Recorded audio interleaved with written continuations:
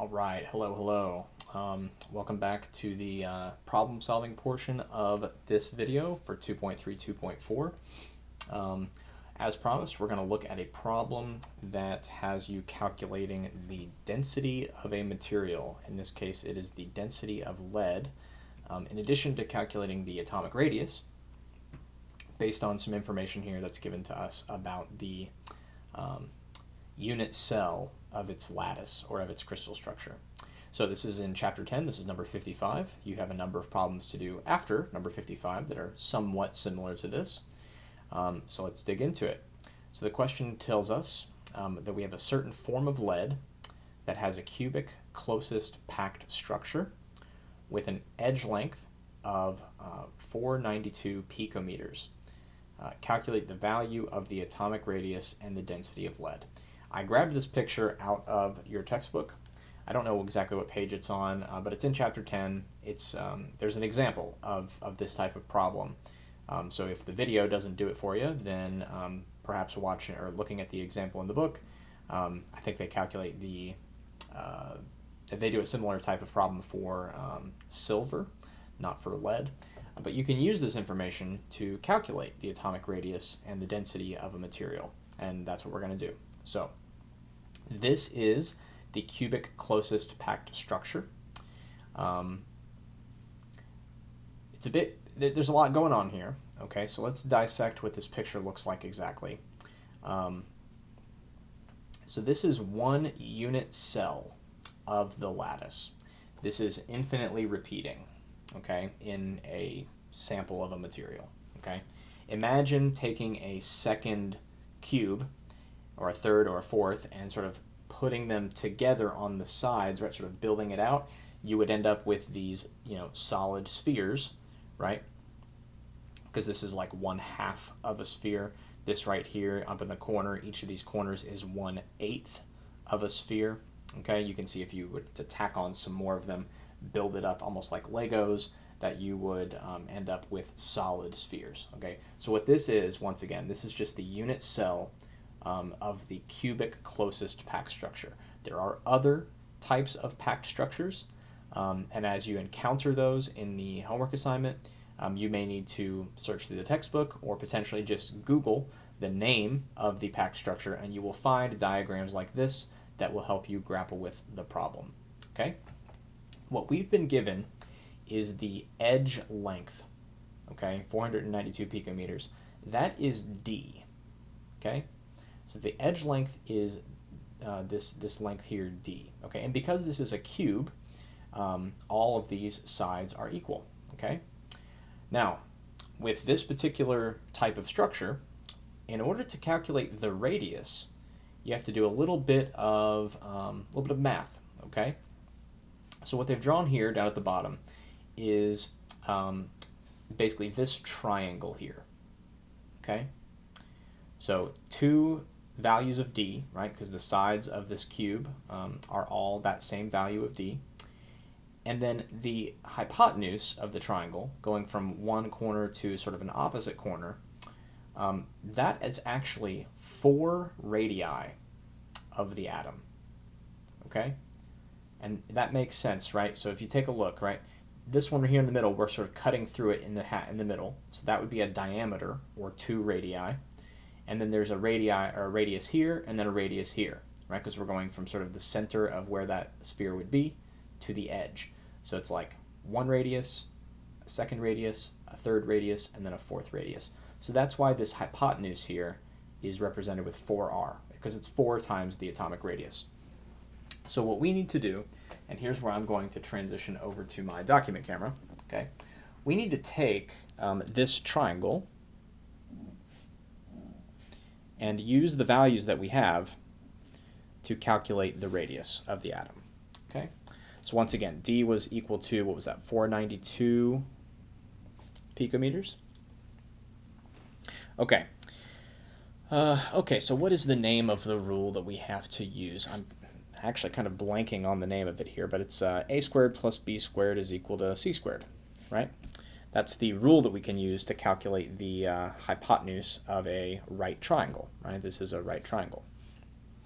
So A and B are my sides here. So actually these are both going to be the value of d. And we can just do the math to calculate what c would be, the hypotenuse. Okay, so let's go ahead and plug this in here. 492 squared plus 492 squared is going to equal c squared. Got my calculator off to the side here. 492 squared is 242,064. So I'm going to have that twice. Let me add those together. Okay, so this is 484,128 is equal to c squared. Okay, if I take the square root of both sides, then I can determine what c is, right? So the square root of this number is, let's see, oh, my calculator is being annoying. All right, there we go. All right, it looks like it's 695.793. That is surely rounded. Let's see, we had, it's hard to say whether or not we should really apply significant figures here or not. Let's just stick with three significant figures just for the sake of doing the problem. Okay, so let's say that this is actually 696. Okay, and that'll be picometers, right? All right, so that means that c, right, the hypotenuse is 696 picometers. That does not mean that that's what the radius is, right? Because c is equal to 4 times the radius. Okay, this is equal to 4 times the radius. So in order to get the radius, I need to divide this by 4. Okay, so the radius is, let's do 696 divided by 4, 174 picometers. Okay. All right, so there you go. That's the first part of the problem done. That is the atomic radius according to the information that we've been given of lead. All right, now we need to calculate the density. I'm going to come back to the slides here. Okay, in order to calculate density, you need two things. You need the mass and you need the volume. We're going to do this by calculating the mass and the volume of this unit cell. Okay? The volume is actually pretty easy because we have this value of D, right? 492 picometers. So we can just, cube that, and that's going to be the volume. Calculating the mass is a little bit trickier. What we need to do is we need to figure out how many atoms of lead are represented in this cube, and then convert those number of atoms to moles and then to grams using Avogadro's number and the molar mass. Okay, so it's kind of hard because we're only looking at like a two-dimensional version of this, but take a moment, see if you can think about how many total spheres there would be inside of this unit circle. You really have to kind of imagine yourself being able to look at all sides, kind of flipping them around and sort of putting them together into whole spheres. See if you can take a minute to figure that out. I'm going to blow my nose really quickly, okay?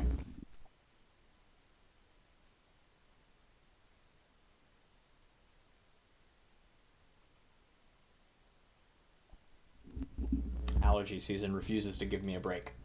Okay, so the answer is, have you figured it out? How many atoms there are here? The answer is 4. Okay, there's 4 full spheres inside of this unit cell. And here's how I know. So if you look at the corners, each corner is 1/8 of a sphere, or of an atom. And there are 8 corners to a cube. So 8 times 1/8 would be 1. So all of these corners added up together make 1 atom. Okay?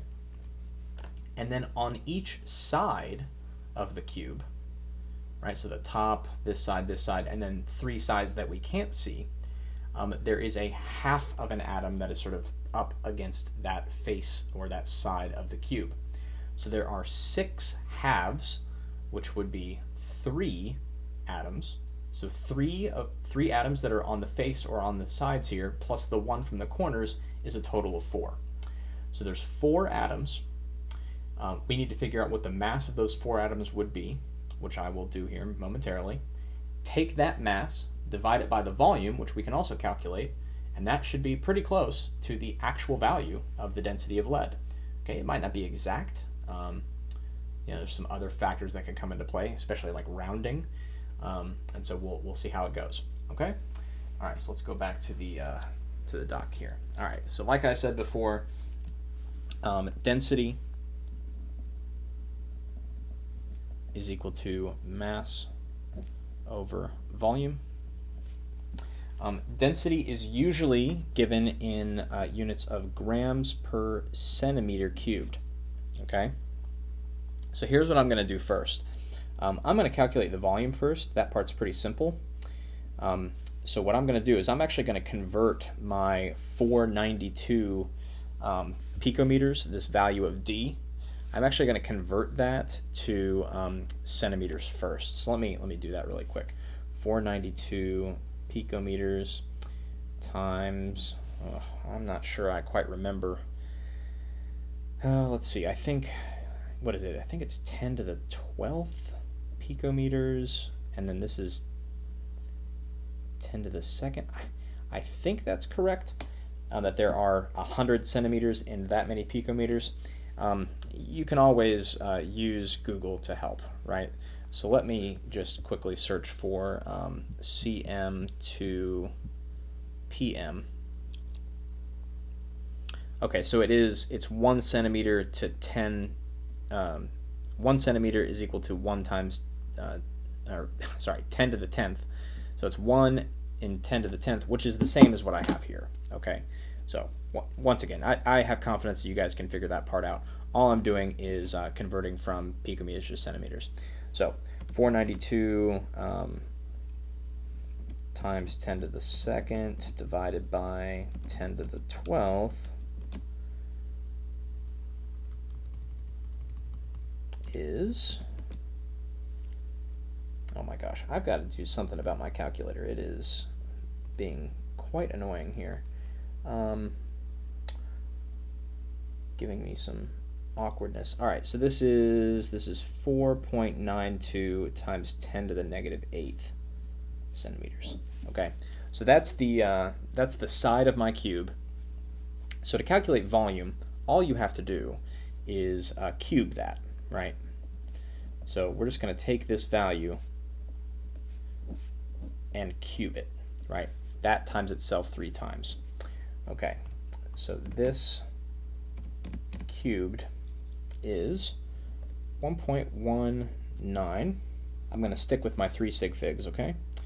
Times 10 to the negative 22nd centimeters cubed. Okay. All right, so if I'm filling in my density equation here, I have a volume. It's 1.19 times 10 to the negative 22nd centimeters cubed. Now I just need to figure out what the mass would be in that unit cell.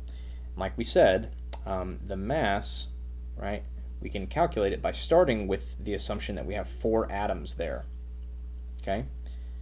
And then I can take my number of particles, 4 atoms, I can convert that to moles and then convert that to mass by using Avogadro's number and the molar mass. I just have to be careful with my units, right? So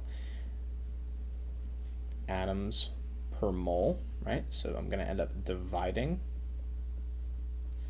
by Avogadro's number. And then I'm going to need to end up multiplying by the molar mass. This is on the periodic table. For lead, it is 207.2. Okay? So that will get my moles to cancel. And there we go. So one note of caution, right? Anytime you're dividing by Avogadro's number, make sure you put that number in parentheses.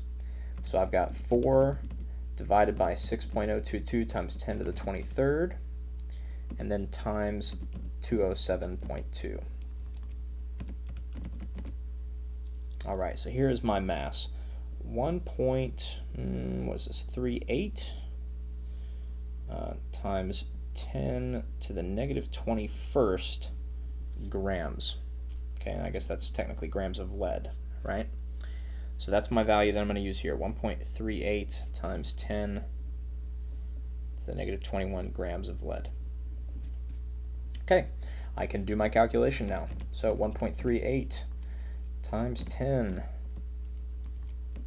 to the negative 21st divided by, let me make sure I'm careful here, right? Put that value in parentheses, right? Anytime you're dividing by a number with exponential notation or scientific notation in it, make sure you put it in parentheses when you divide by it.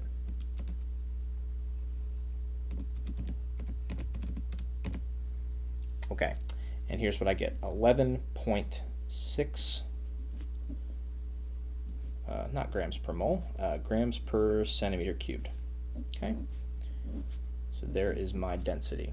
Okay, and in fact there are both my answers, right? There's my radius and there's my density.